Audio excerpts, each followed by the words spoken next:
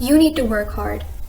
This is a sentiment that we've all heard before, and we've also heard that the path to success is not without its challenges, and one needs to persevere through those challenges. But where exactly do we draw the line? When does this struggle of working hard change into a lifestyle? When work tends to be strenuous, one may push past their limits, and this leads to a phenomenon called overworking. Almost everyone has fallen prey to it at least some point in their lives.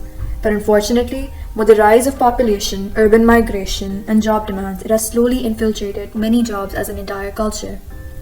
Our aim is to understand the extent to which overworking has become the norm in modern work culture and education, and ultimately we want to play a part in breaking that norm.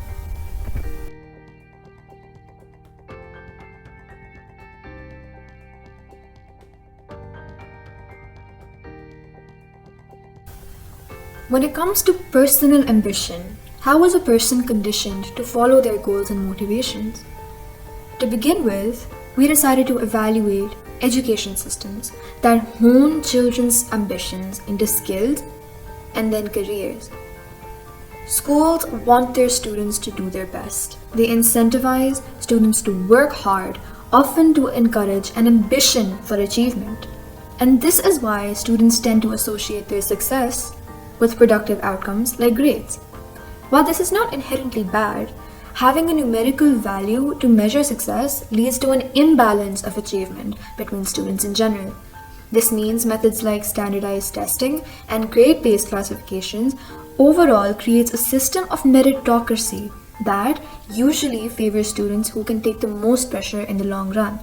To put it into picture, the division of educational streams in countries like Singapore and Germany, while effective, gives rise to new biases regarding academic validity and societal statuses, and that tags an unfair label of success to work.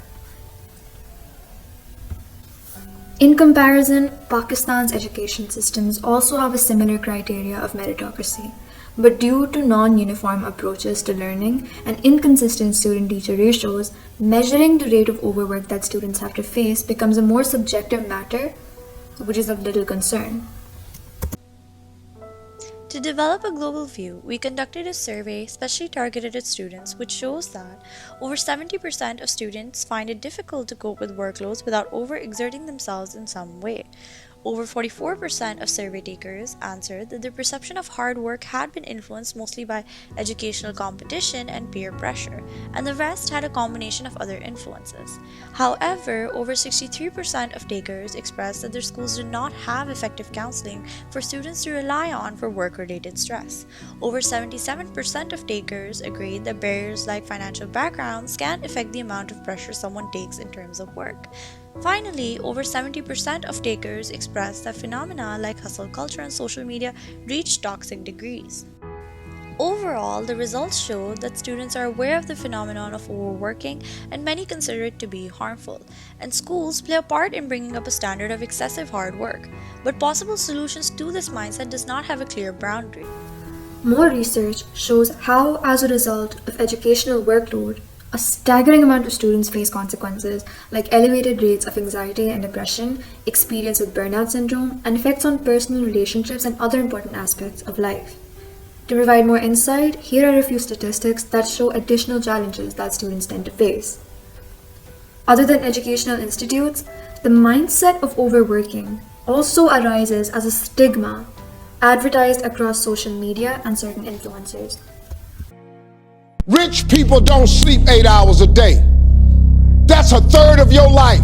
If you want it, if you want this, it's work. Work like hell. I mean, you just have to put in, 80 to 100 hour weeks every week. Cause I got the hustle muscle. And he's like, what? I said, I got the hustle muscle. Work. Hard work, working hard. Work hard. Hard work. Work harder. Work hard. Hard work. Hard work. Hustle culture is the glorification of working long hours in order to reach one's professional goals while disregarding any potential excuses or obstacles like health. Hustle culture can be affiliated with older terms like the American dream. These are used to fabricate a glorified picture of overwork for success that isn't actually guaranteed. We often see this idea reinforced through influential people. The thing is, most of these influencers tend to be entrepreneurs, which is why in the past few years the entire concept of hustling comes under a corporate lens when you look at it objectively. Under slogans like changing the world, their influences and advertise a mindset so rigid that it solidifies a norm for a job market that is already saturated with incoming workers. It tells people to prioritize work first, then their personal needs, and all that will eventually become the path to success. When these ideas are repeated oppressively, some people tend to internalize a guilt associated with not being productive and feel obligated to fall in line with the fast rate that everyone's going at. This has led to a rise in phenomena like busy bragging and performative workaholism. And this is because people feel pride in overexerting themselves because they believe it to be a symbol of their success. And this is something that has started to develop in as early as high school and below. A way in which students are affected is through videos that show people studying 12 hours a day or 100 hours a week. These videos can send a message of stop being lazy and study by working many hours. When students open such social media platforms and witness a wide variety of this content, they may feel obligated to follow these influencers. In this way, they may be conditioned to feel guilty at not achieving the productivity standard that these videos show. This is how these videos promote the idea of toxic productivity. In the end, it all ties to the same thing. Everyone cannot fight on equal grounds, but they are expected to. So people keep working and working under the guise that eventually it will pay off. And that is what brings us to the growth of the issue. We live in a capitalist world. To put it in very simple words, the global society that we live in is fueled by megacorporations like Amazon and Nestle, and these megacorporations are heavily reliant on both labor and consumers. These corporations have often been the subject of controversy when it comes to their minimum wage workers. This brings us to the question, how is overworking different for someone like a government official and someone who works in a sweatshop? Minimum wage workers rely on low wages to meet their most necessary needs, and in many situations, working overtime is a given. In those cases, asking for a break and prioritizing tasks is usually not feasible. Needless to say, it is unrealistic to advocate universal solutions when the concept of overworking is so inherently different to each job. For example, overworking may not even be questioned in highly demanding jobs like in healthcare or the military. Before we continue, we need to establish that by approaching the injustice faced by minimum wage workers, we discover a myriad of issues that transcend beyond just overworking, but into issues like borderline slavery, child labor, and much, much more. Although this is beyond the scope of our aim, it helps to get a bigger picture of how deep this issue can run. For young workers, issues like a dipped work-life balance, lesser vacancies in jobs, lower salaries, and professional burnout are not new. An article by BBC WorkLife explains overworking as a job requirement and comments that in most corporate professions, the workplace is dehumanized as a result. This is because even compared to a few years ago, work culture has changed. Studies show that workers around the world are working 9.2 hours of unpaid overtime weekly, which is 1.9 hours more than a year before. Essentially, what's so different about modern work culture is that everything runs 24/7. In the age of social media and post-COVID reform in work culture, there isn't any boundary that separates work from home life. Theories like David Frayn's worker-consumer identity suggest that this era's consumerism fuels the worker's stasis in such exhausting lifestyles. The notion of consuming goods and services in recompense to one's labor is a way of trapping oneself in a constant cycle of working and consuming. On a national scale, we interviewed a number of workers and employees in different professional fields to help us understand how workers in Pakistan viewed overworking as an issue. In my field, overworking is quite common, as one has to ensure availability in order to support all other departments to achieve the desired goals and KPIs. However, my job does give some downtime to relax and chit chat with colleagues on tea. So I think this is a general principle that all employees have some rough days in terms of workload.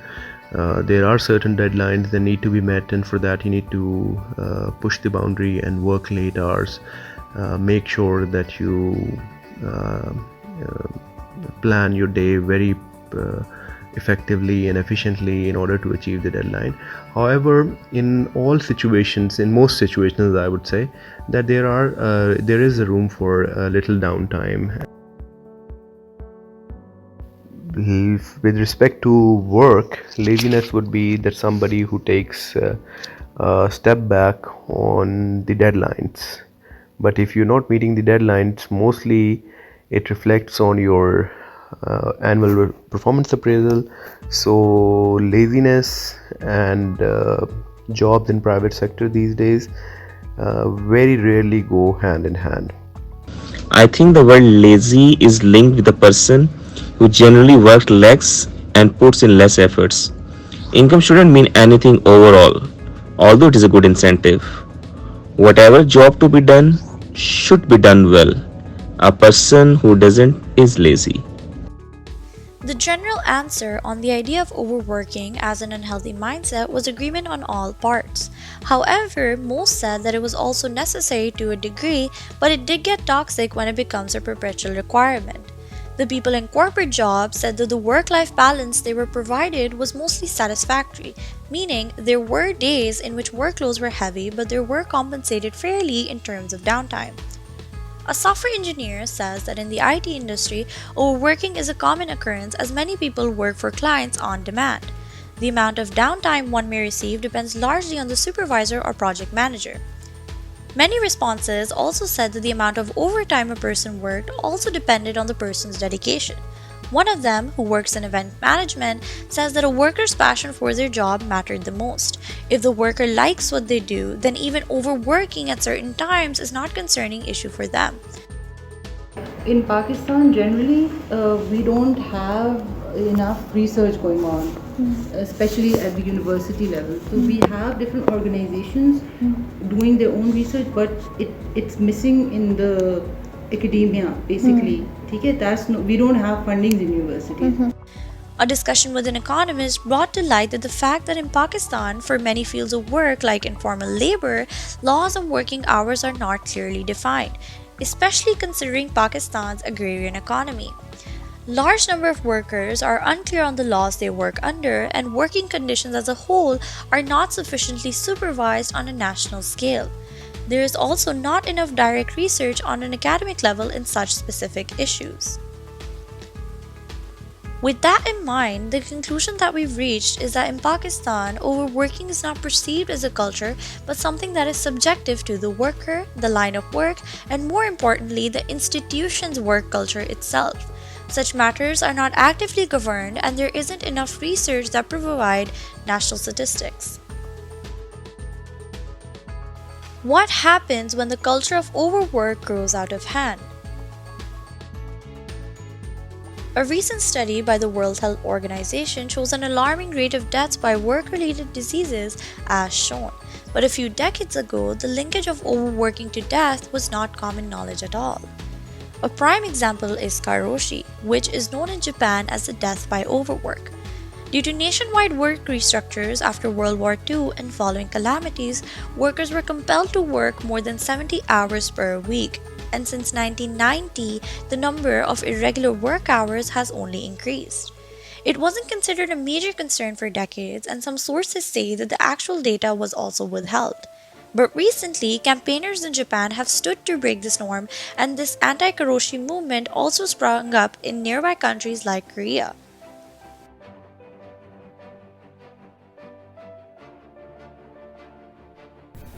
In 2020, trends such as the I Don't Dream of Labor and anti-work forums rose on social media, and it started a lot of discussion and personal reflection. In the wake of COVID-19, people began to criticize corporate culture and the treatment and exploitation of workers. Why? A major reason for this is because both remote and hybrid working led workers to realize their own needs and demands. Work culture as a whole is adapting to fit a respectable model of ethics in organization, and workers openly prefer companies that provide them with respect and security. But it wasn't just limited to social media trends.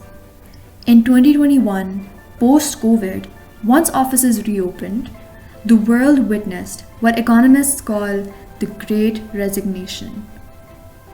The following data shows how in the US, over 4.3 million people left their jobs in April, and most of these were minimum wage and retail jobs. Many sources are chalking it up to unhealthy and dismissive work environments. Although most of the statistics are US-based, a survey by Microsoft shows how this movement is gradually going global, with over 41% of workers planning to leave their job. What are the steps that we can take to resolve this issue? Well, firstly, in Pakistan, more research should be done at university levels to bring up the awareness of the youth on healthy work environments and to understand the country's positions with respect to all the different kinds of labor it has.